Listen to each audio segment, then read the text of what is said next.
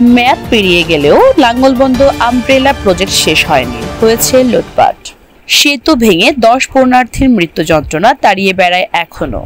মহাতীর্থ লাঙ্গলবন্দ স্নান বাকি আর মাত্র 2 সপ্তাহ। স্নানের তারিখ 4 ও 5 এপ্রিল 2025। 2015 সালে স্নানের দিন সেতু ভেঙে পদদলিত হয়ে 11 পূর্ণার্থীর মৃত্যুর ঘটনার পর তৎকালীন সরকারের নির্দেশে অত্যাবশ্যকীয় অবকাঠামো নির্মাণের নির্দেশ বাস্তবায়িত হয়নি গত 8 বছরেও। বরং রাস্তাঘাট নির্মাণ, সংস্কার ও স্নানের উপযোগী করতে ব্রহ্মপুত্র নদের নাব্যতার নামে ড্রেজিং করে বালু ব্যবসার মাধ্যমে ঠিকাদাররা পকেট ভারী করেছে ঠিকই। চোখের সামনে এই লুটপাটের মহোৎসব চললেও হিন্দু নেতারা কেউ প্রতিবাদ করতে সাহস করেননি।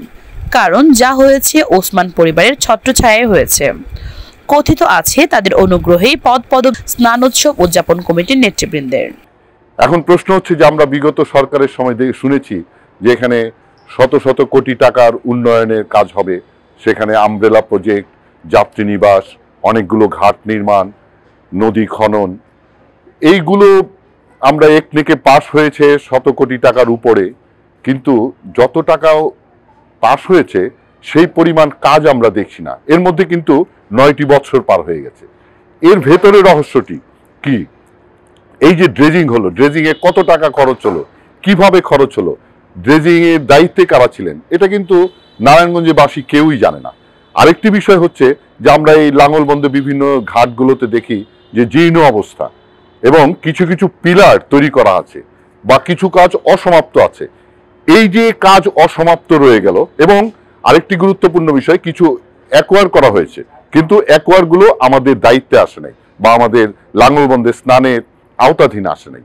কিন্তু এই যে শত কোটি কোটি টাকা এখানে খরচ হলো এবং কেন এই প্রজেক্টটি বন্ধ হয়ে রইল, এটার কোনো সদুত্তর কেউ দিতে পারে না। এলজিইডি সূত্রে জানা গেছে, প্রকল্পের সময় বাড়ানোর জন্য ইতিপূর্বে সংশোধিত প্রকল্প জমা দেওয়া হয়েছে মন্ত্রণালয়ে। প্রতিবেদক লাঙ্গলবন্দের সরজমিনে দেখেছেন, পুরনো অবকাঠামো ভাঙার পর সংস্কারের নামে নির্মাণ সামগ্রী অর্ধসমাপ্ত অবস্থায় পড়ে আছে ঘাটসহ নির্মাণাধীন অবকাঠামো। রেস্ট হাউজের কাজ হয়েছে সিকি ভাগেরও কম। এইসব দেখার যেন কেউ নেই। প্রস্তাবিত 121 কোটির আমব্রেলা প্রজেক্টে অন্তর্ভুক্ত আছে হোটেল, রেস্ট হাউস, অ্যাম্ফি থিয়েটারের মতো উচ্চভিলাষী প্রকল্প, কিন্তু এসব কাগজে কলমে, বাস্তবতার ধারে কাছেও নেই। ইতিমধ্যে এলজিইডি 52 কোটি টাকা ব্যয় করে ফেলেছে বলে জানা গেছে। স্থানীয়রা বলছেন টাকার অঙ্কের সঙ্গে কাজের কোনো মিল নেই। নদীটা কাজ ছিল ওটারই, আর খাম্বা বানায় রাখছে কয়েকশো, গার্ড করবো কি করবো না করবো খবর নেই। টয়লেট তো টেম্পোরারি, মেলার সময় দিয়ে একটা করে চাকটুক দিয়ে ডালে খালে এইটুই। এই একটা থান গার্ডের মধ্যে হাজার হাজার লোক, এই লোকের মধ্যে একটা টয়লেট দা মহিলার ব্যাপার কি করবো, একটা দুইটা টয়লেট দিয়েছ, ওগুলাকে ব্যাট দিয়া দিয়া দেয়, বাস শেষ। এত লোক আইয়ে 100 দরকার, 13-14টা ঘাট আছে, এই ঘাটগুলোর সবই গাড়ির টয়লেট দরকার। অনুসন্ধানে জানা গেছে 3টি সরকারি সংস্থার সমন্বিতভাবে ব্রহ্মপুত্র নদের লাঙ্গলবন্দ অংশে সনাতন ধর্মাবলম্বীদের মহাষ্টমীর পূর্ণস্থান উৎসব নির্বিঘ্ন করতে অবকাঠামো উন্নয়ন কাজ সম্পন্ন করার কথা।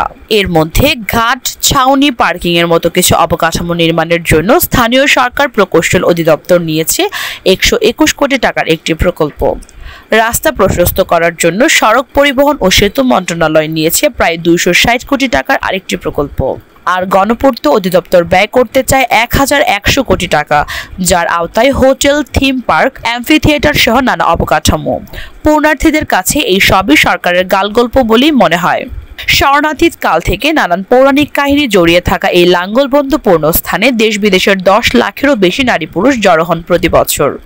পূর্ণস্থানের 11 কিলোমিটার নদ খনন করে নাব্যতা বজায় রাখার নামে স্থানীয় জনপ্রতিনিধিদের যোগ সাজেশে ঠিকাদাররা আখের গুছিয়ে নিয়েছেন ইতিমধ্যে। উল্লেখ্য, 2017 সালের জানুয়ারিতে প্রকল্পটি জাতীয় অর্থনৈতিক পরিষদের নির্বাহী কমিটিতে অনুমোদন পায়। মেয়াদ ছিল 2022 সালের জুন পর্যন্ত। মোট 33টি স্নান ঘাটের মধ্যে 13 ঘাট প্রকল্পের আওতায় পুনর্নির্মাণ ও একটি ঘাটের সঙ্গে আরেক ঘাটে যাওয়ার আসার জন্য সংযোগ পাকা পথ নির্মাণের কথা থাকলেও তা করা হয়নি। ভদ্রেশ্বরী কালীঘাট সংলগ্ন 3টি নতুন ঘাট তৈরির কাজ শুরু হয়েছিল, কিন্তু শেষ হয়নি। প্রয়োজনীয় পোশাক পরিবর্তন কক্ষের অভাবে স্নানের পর নারীদের ভেজা কাপড় পরিবর্তন বড় সমস্যা বলা বাহুল্য। প্রায় 10 লাখ লোকের সমাগম স্থলে 2টি স্থায়ী শৌচাগার রয়েছে, যেখানে প্রয়োজন শতাধিক শৌচাগার। টয়লেটের অবশ্যই এটা একটা বেসিক নিড। আমরা টয়লেটের যে প্রয়োজন আছে আমরা সেটি অবশ্যই আমাদের করতে হবে। এই মুহূর্তে তো পার্মানেন্ট টয়লেট করা সম্ভব নয়, তবে অবশ্যই আমরা একটি উদ্যোগ নেব যে কিভাবে এখানে পার্মানেন্ট টয়লেটের ব্যবস্থা করা যায়। লাঙ্গলবন্দ তীর্থস্থান পরিদর্শনে এসে স্নানোৎসব উদযাপন ফ্রন্টের আহ্বায়ক অর্পণা রায় দাস বলেন, এখানে শুধু সভাপতি হলেই সবকিছু শেষ না। আমাদের হিন্দু সম্প্রদায়ের আমি যতটুকু দেখলাম এখানে পর্যবেক্ষণ করে বা পরিদর্শন করে আমাদের অনেকগুলো মন্দির ভেঙে গুড়িয়ে দেওয়া হয়েছে বিগত দিনে, বা অনেকগুলো জায়গা দখল করা হয়েছে। আমরা যদি এই হিন্দু সম্প্রদায়ের জন্য কিছু করতে পারি তাহলে আমার সার্থকতা হবে এই সভাপতিত্বের। নাহলে তো আমি সভাপতি হলাম, স্নান ঘাটে স্নান করলো সবাই, সবকিছু শেষ হয়ে গেল। কিন্তু আমি যদি এই সম্প্রদায়ের জন্য, হিন্দু সম্প্রদায়ের জন্য আমি যদি কিছু করে যেতে পারি আপনাদের এই নানজীবনবাসীর জন্য, তবে আমার সফলতা হবে। আমি পূজা দত্ত, নিউজ 24 ওয়েবসাইট ডেস্ক।